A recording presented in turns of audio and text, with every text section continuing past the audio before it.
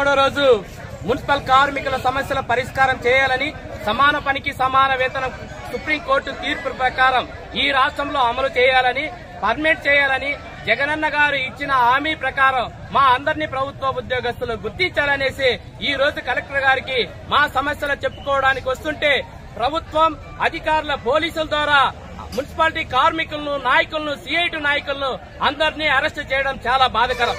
జగనన్న గారు మీరిచ్చిన హామీని అమలు చేయండి అని మేము శాంతియుతంగా పోరాటం చేస్తుంటే, నిరసన తెలియజేస్తుంటే పోలీసుల ద్వారా మా ఉద్యమాన్ని, మా పోరాటాన్ని అణిచివేయాలని రాష్ట్ర ప్రభుత్వం చూస్తుంది.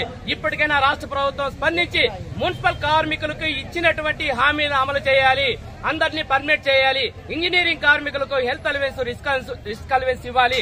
సంక్షేమ పథకాలు మున్సిపల్ కార్యాలయంలో పనిచేస్తున్న కార్మికులందరికీ అమలు చేయాలని, చనిపోయినటువంటి కార్మికుల కుటుంబంలో ఉద్యోగం ఇస్తామని చెప్పారు. సంవత్సరం నుంచి 2 సంవత్సరాల నుంచి పనిచేస్తున్న వాళ్ళ పేర్లను ఆఫ్కాసులో ఇంతవరకు ఎక్కలేదు. అందుకోసమని రాష్ట్ర ప్రభుత్వానికి అనేక సార్లు వింత పత్రాలు ఇచ్చాం, రాస్తారోకోలు చేశాం. అయినా మా సమస్యల పరిష్కారం కాలేదు. ఇప్పటికైనా రాష్ట్ర ప్రభుత్వం స్పందించాలి, మాకు ఇచ్చినటువంటి హామీలన్నీ అమలు చేయాలనేసి రాష్ట్ర ప్రభుత్వాన్ని municipal workers employees union CIT అనుబంధంగా డిమాండ్ చేస్తున్నాం.